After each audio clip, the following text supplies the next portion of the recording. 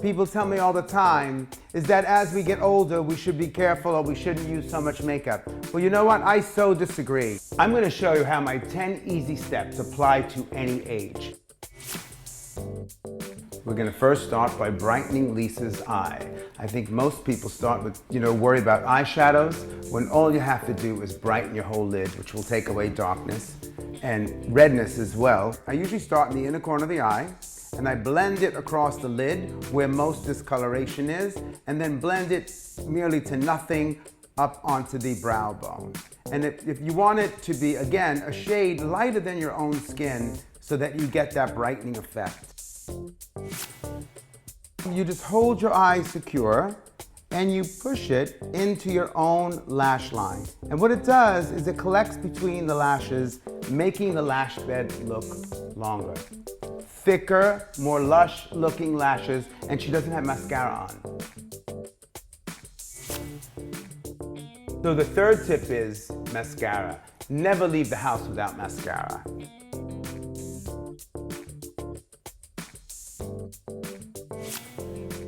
This is a common concern. It's everyone's nemesis, either darkness or thin skin or redness underneath the eye.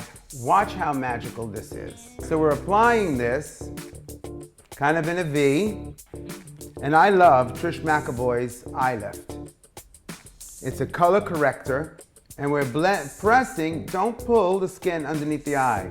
And I like to bring it out because it also highlights the cheekbone. So, if you're not using this product, you're gonna find a product that's a shade lighter than your skin. Only a shade lighter, you don't wanna go too much lighter. We're going to even out Lisa's skin. Now, most people have a little redness here on the bridge of the nose, on your chin. So look at yourself objectively. You don't necessarily have to put foundation all over the skin. All you wanna do is even out the T-zone. I'm using a brush. You get the thinnest amount of lay down. It's always mistake proof. It's easy. I think most people need it on the bridge of the nose, cheek, and blend down to nothing. I like to pass a little bit around the mouth. It'll help your lipstick stay on better. You'll get a truer color. Just evening out the skin makes you look younger. I think Lisa's skin looks beautiful. All we did was take out the redness in her T-zone, and again on her cheeks. Now she's a perfect even palette. I believe that using a little bronzer in the daytime sculpts the face and also brightens the eye.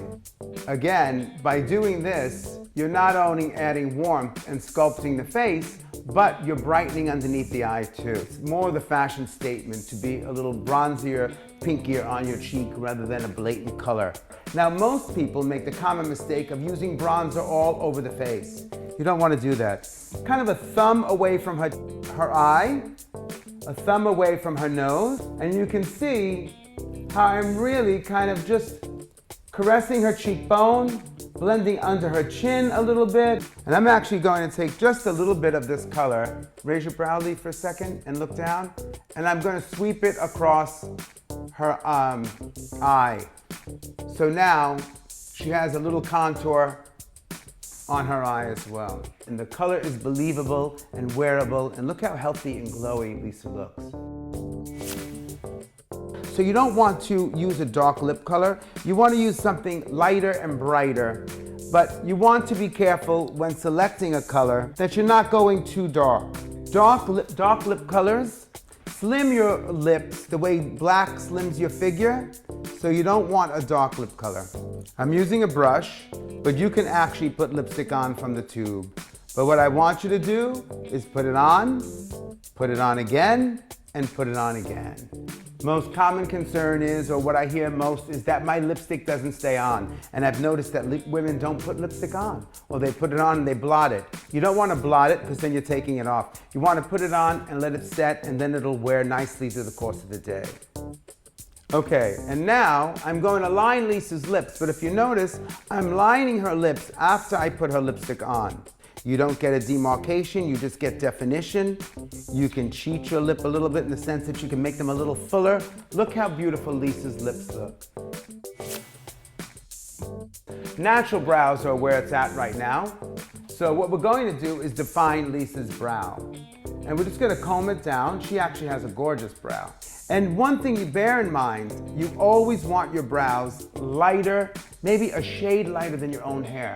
When selecting a brow color, select a shade lighter than your actual brow color, okay? This way you get soft definition. Dark brows can make you look mean. A brow should begin here, your arch should be somewhat there, and it should end right about there. Just fill in the top of the brow, and then blend your hair up and shape your brow.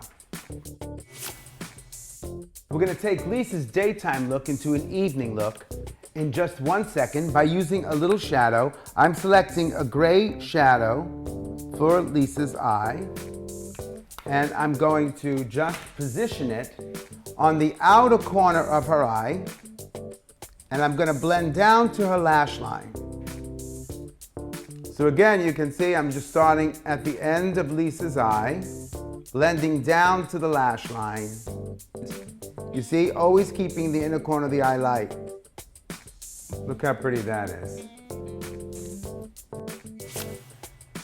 And I'm going to pick up a little blush right here, and I'm going to add just a little bit of blush to the apple of Lisa's cheek.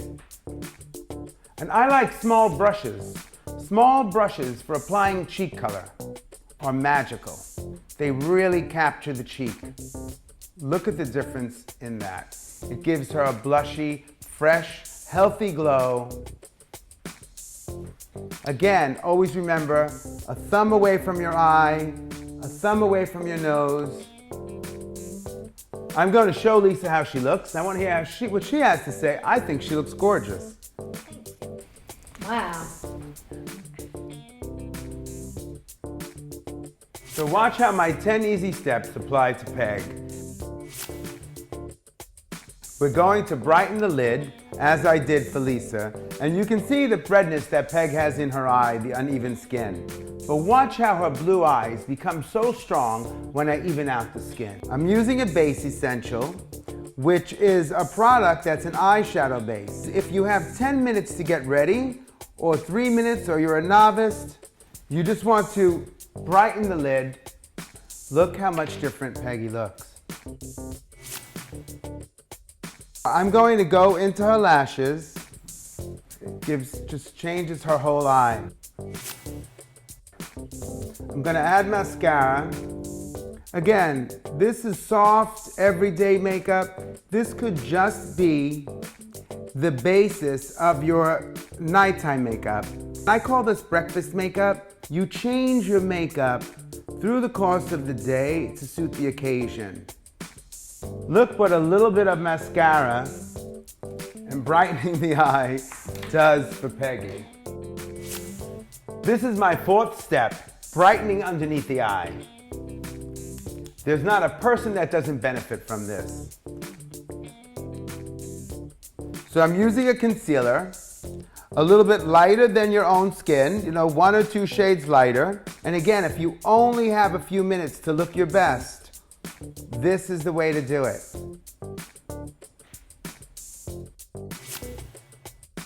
We're gonna go to step 5, evening out the skin. I'm using a foundation. This happens to be a tinted moisturizer. Now they make BB creams. BB creams have the benefit of skincare.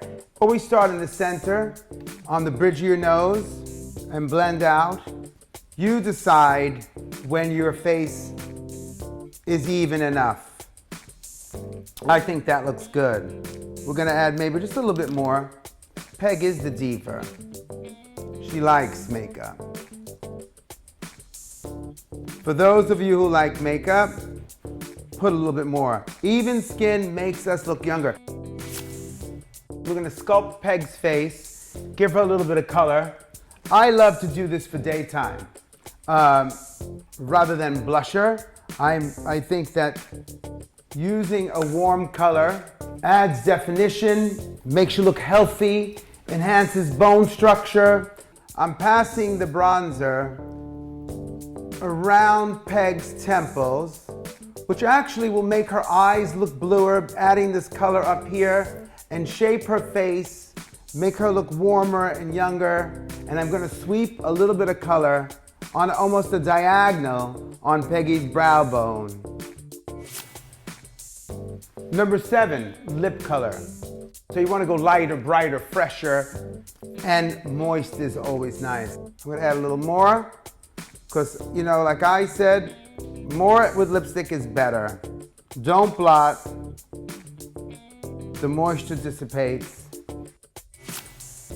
Step 8, brows.